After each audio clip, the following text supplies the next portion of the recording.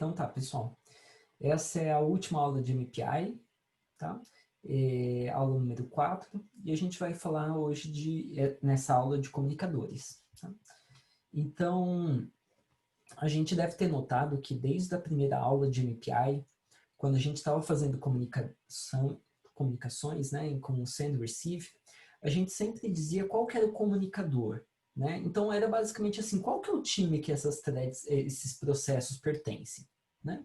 Então, esses processos pertencem ao time global, né? O MPI como Word. Tá?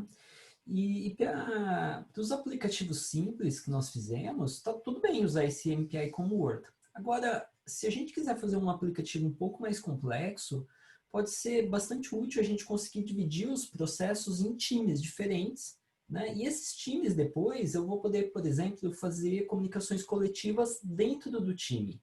Né? Então, esse daí que é o potencial dos comunicadores. Tá? Então, basicamente, a gente vai poder pegar, imagina que eu tenho esse time, né, esse comunicador global com 16 threads, ou 16 processos, processo 0 até o processo 15, e vamos supor que eu quero dividir ele em times, em 4 times diferentes. Né? Então, poderia ser uma matriz, né? E eu vou colocar cada processo trabalhando num elemento da matriz e depois eu quero comunicar entre as linhas dessa matriz. Né? Então, a ideia toda é criar um novo comunicador ou vários novos comunicadores, né, contendo esses processos. Tá? E o que é interessante é que dentro desses comunicadores novos, os processos vão receber uma nova numeração. Tá? Então, é igual aquela analogia que eu fiz lá na primeira aula do time de vôlei. Né?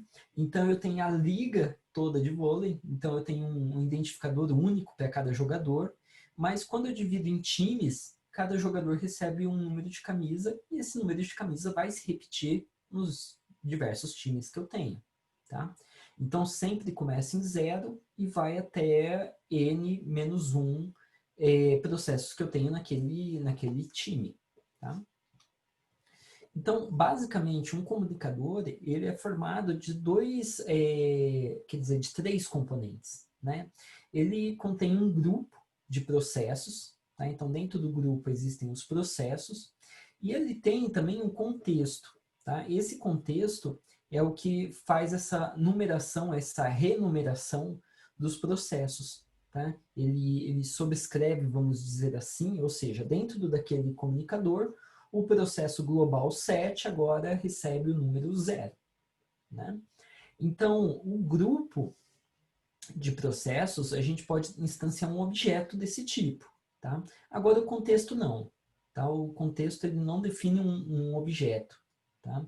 Ele faz parte do comunicador, né? Uma parte interna do comunicador. Tá? Então, a gente pode usar também os grupos ou os comunicadores na hora que eu estou fazendo a distribuição de tarefas. Então, eu posso perguntar assim, olha, se eu tiver no grupo tal, então eu faço essa tarefa. Se não, não. Senão fica aguardando. Tá? Então, eu posso fazer isso também. Tá? Então, é igual uma operação de conjuntos. Tá? Então, pensa nos grupos como um conjunto mesmo. Então, eu posso fazer união, disjunção, eu posso fazer operações de verificar se um processo está num grupo ou não. Tá? Então, eu posso fazer essas operações. Agora, na hora de enviar mensagens, eu preciso do comunicador. Tá? Então, o grupo está contido dentro do comunicador. Não basta só eu criar o grupo, eu tenho que criar o comunicador com aquele grupo lá dentro. Tá? E, basicamente, no MPI, a gente tem 2 tipos de comunicadores.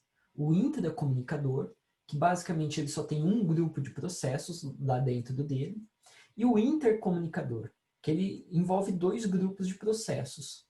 Tá? Então, aqui a gente vai focar só nos intracomunicadores, que é o tipo mais comum para quando a gente está desenvolvendo uma aplicação. Os intercomunicadores, ele é mais complexo e ele costuma ser mais usado quando a gente está desenvolvendo uma biblioteca ou uma aplicação muito mais complexa. Tá? Então, vamos começar olhando como que eu crio esse grupo e depois como que eu crio o comunicador. Tá? Então,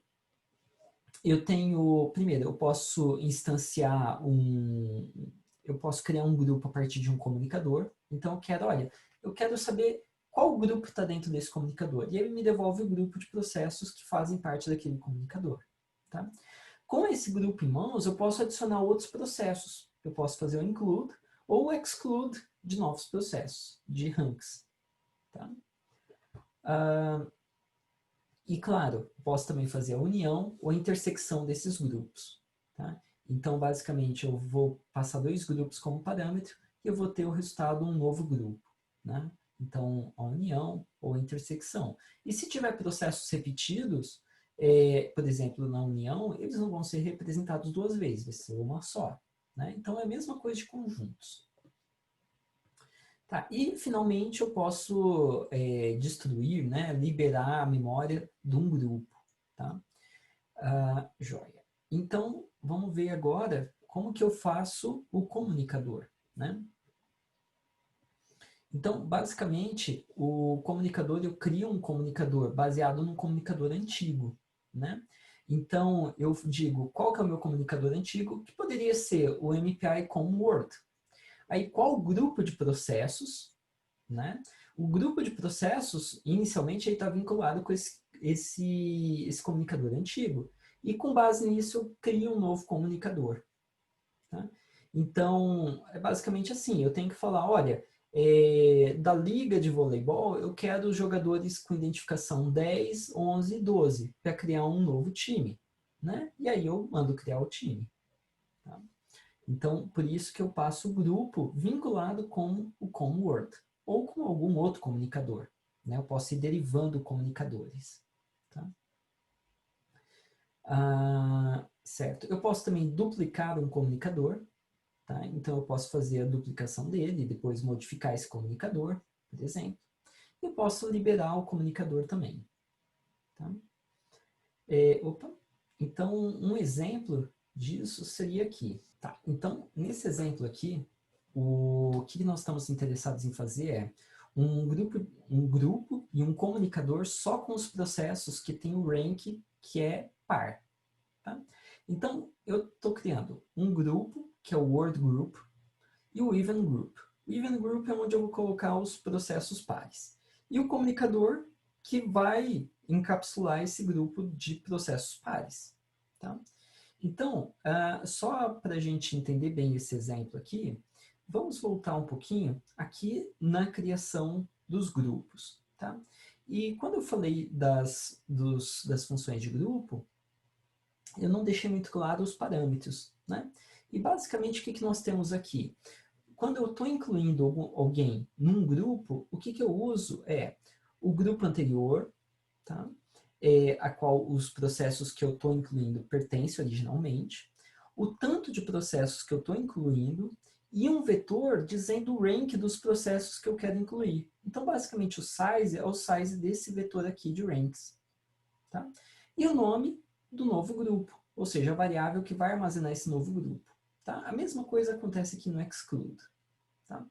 Então, voltando ao exemplo, o que nós temos aqui?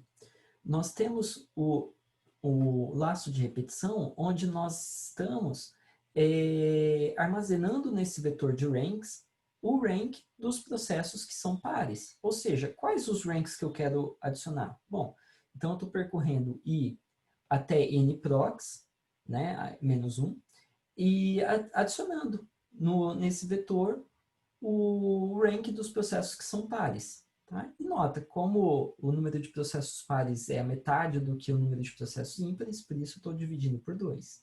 Tá? Então, a primeira coisa que eu faço é, eu estou obtendo um grupo a partir do comunicador com Word, que é o grupo Word Group.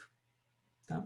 A partir do Word Group, ou seja, eu vou selecionar quais os processos vão fazer parte do meu novo grupo. Tá? Então, quantos processos vão fazer parte do meu novo grupo? Bom, depende do número de nprox. Nprox mais 1 dividido por 2, ou seja, o número de processos que tem o rank par. E aqui é o vetor dos processos pares, né, com o número deles. E aqui é o nome, então, da minha variável, que vai guardar o grupo com os processos pares. Tá? Então, o que eu faço agora eu faço a criação efetiva do comunicador. Então, baseado no MPI com o Word, eu tenho agora o grupo de processos pares e eu estou criando um novo comunicador, que é o Even Group, EvenCom. Né? Eu posso liberar, depois que eu criei o comunicador, eu posso liberar a memória que eu estava ocupando para os grupos, né? Porque agora o comunicador é quem vou usar. Eu posso usar esse comunicador no lugar de MPI com Word. Tá?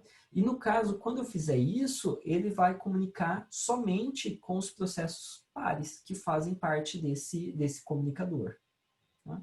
Então, se eu perguntar, por exemplo, para essa variável EvenCom, quantos processos tem aqui dentro, ele vai me retornar nprox mais 1 sobre 2. Tá? Ou seja, um número de processos pares. Tá? E é basicamente isso que tá acontecendo aqui. Então, o que a gente pode ver aqui é que a criação do comunicador envolve várias etapas. Né? A primeira, obter o grupo de processos globais, com base no MPI com Word. Depois, criar um novo grupo, que é o Even Group, com base no grupo global. E, por fim, pegar esse grupo de processos pares e criar o comunicador de processos pares. E aí sim eu posso começar a usar. Tá?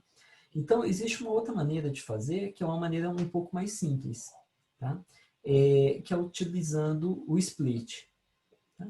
Então, esse camarada aqui, o que ele faz? Ele tem a ideia de quebrar mais facilmente, então com menos linhas de código, eu poder quebrar um comunicador em vários comunicadores diferentes. Tá? Para isso, o que eu vou dizer? Eu vou fazer mais ou menos o seguinte. Para cada processo, eu dou uma chave para o processo. Eu distribuo, por exemplo, é bem comum dizer que a gente distribui cores para os processos. Né? Então, eu vou ter um time azul, eu vou ter o time verde. Beleza. E depois eu falo, olha, todos que são do time azul, bom, vocês entram nesse time. Todos que são do time verde, entram no outro time, no outro comunicador. Tá? E se eu quiser que algum processo fique de fora, então eu posso dar uma chave que é o MPI Undefined. Né? Se eu colocar essa constante, que na verdade é um inteiro, né? ele vai falar, tudo bem, eu não vou entrar em nenhum time. Tá? Então esse processo não vai fazer parte de nessa quebra de nenhum comunicador. Ele, claro, nota que os processos, eles é como se os comunicadores fossem um ponteiro para os processos do seu time, né? Então, não é porque eu criei um novo comunicador que os processos deixam de fazer parte do comunicador antigo. Eles continuam fazendo parte. Tá? Então, vamos ver um exemplo aqui com o split. Tá? Esse exemplo é bem tradicional.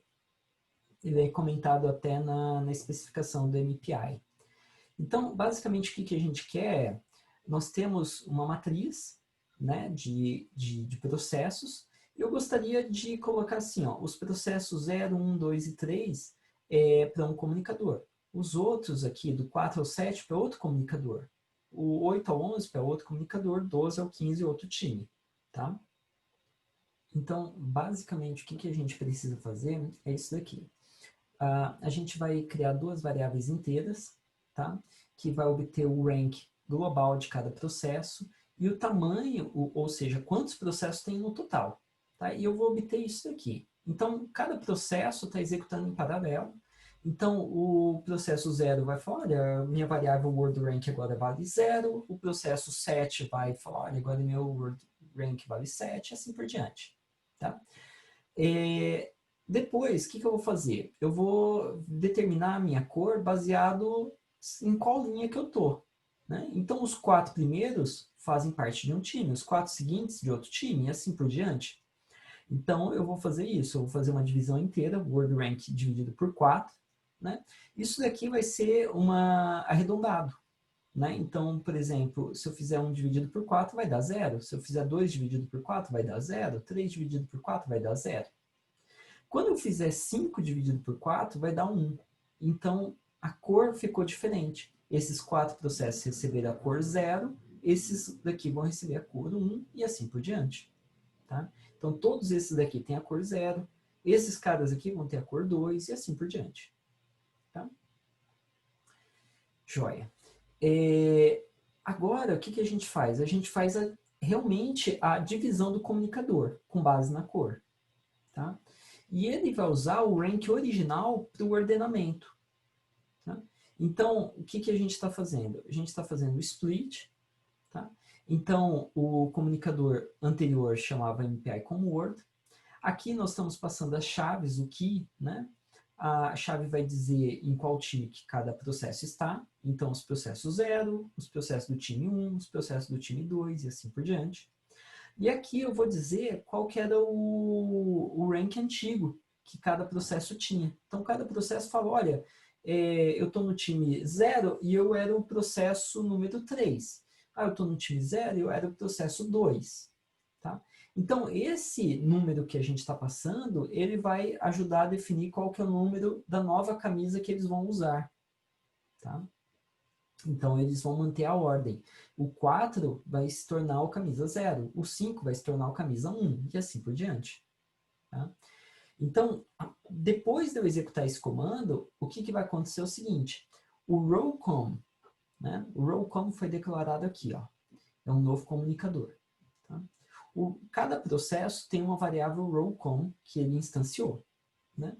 Então, quando eu acabo de executar o split, o rowcom de cada processo vai estar apontando para o comunicador, para o time que ele faz parte.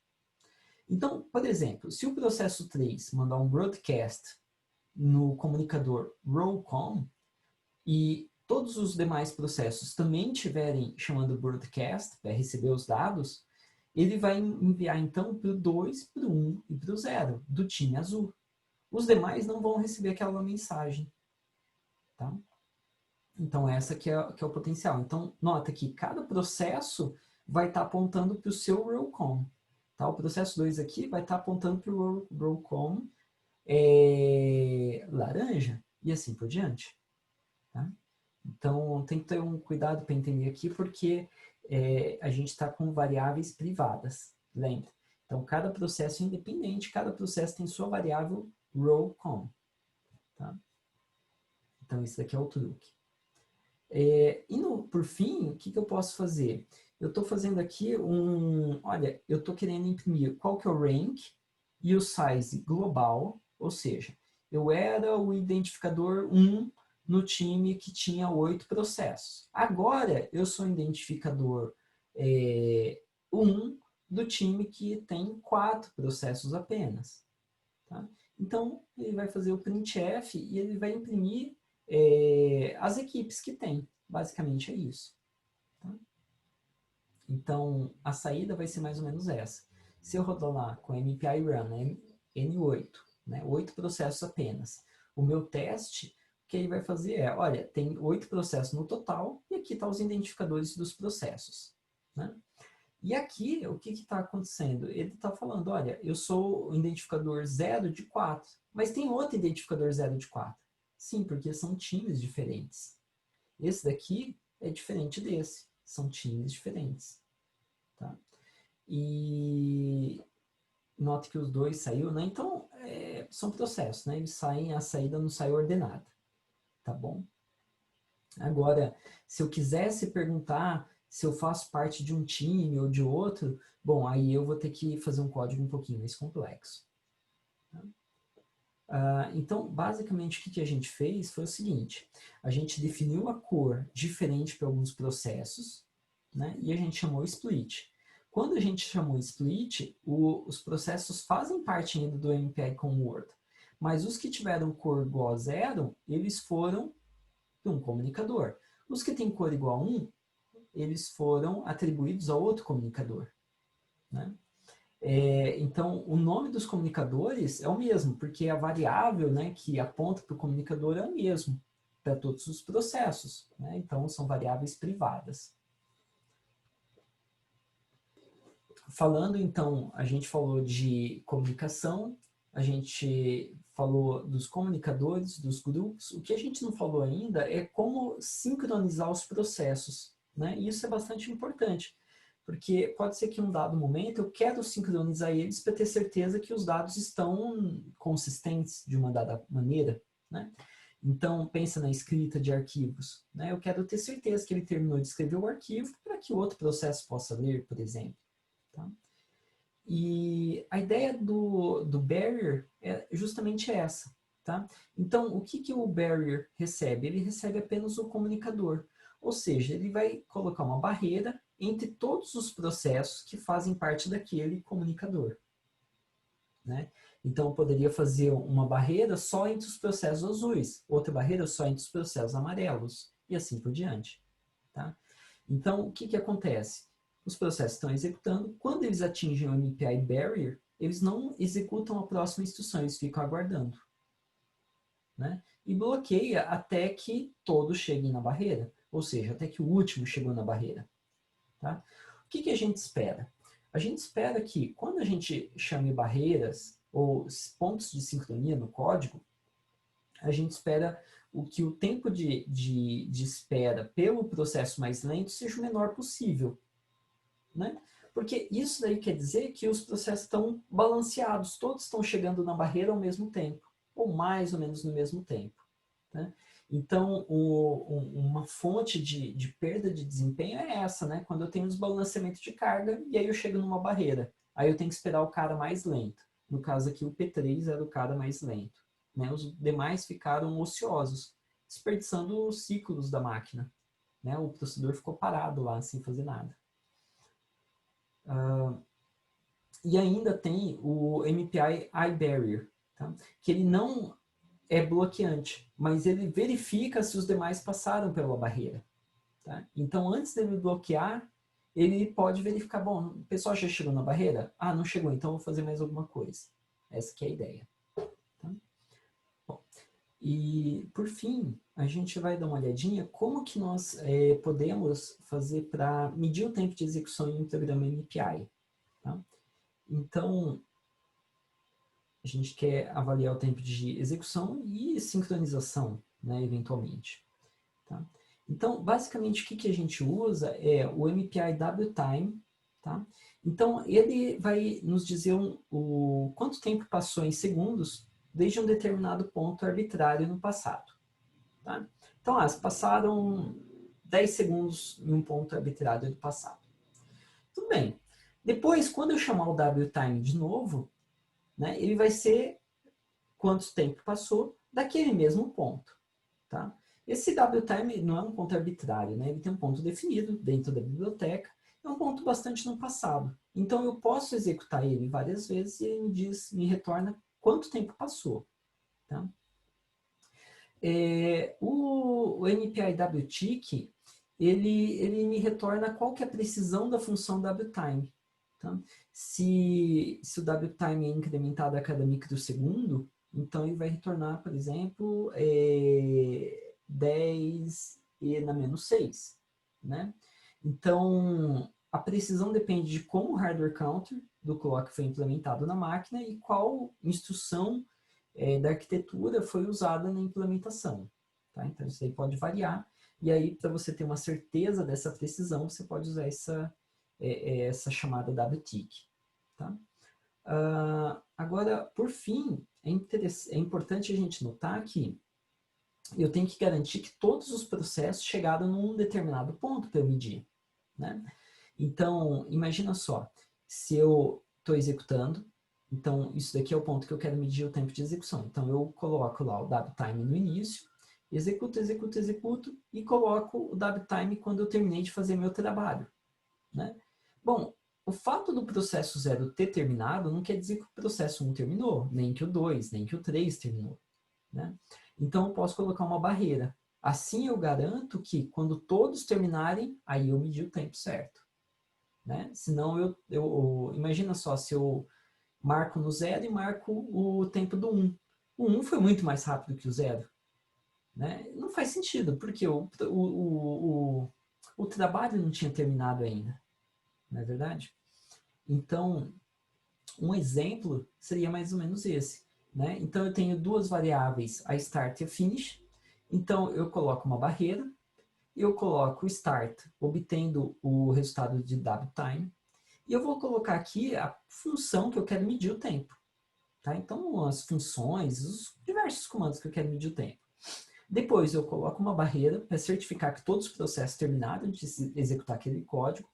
Coloco o finish, recebendo o WTime. Na hora que eu quiser imprimir, bom, é só fazer o finish menos start, né, o end versus o begin, e nós temos, então, o tempo total de execução daquele trecho que eu estava interessado em medir. Tá? Então, isso daqui é uma das formas de fazer. Nota que todos os processos estão fazendo a medida de tempo, mas só o rank 0 está imprimindo. Tá? Então, é interessante, né? Eu poderia tirar a barreira final e mandar imprimir, cada processo imprimir. E aí eu posso também ver se tem um desbalanceamento entre eles. Né? Então, essa é uma ferramenta super simples que eu posso ver se tem desbalanceamento ou não. Tá? Bom, era isso que eu tinha, então, sobre MPI. Então, esse daqui é o final dessas 4 aulas de MPI.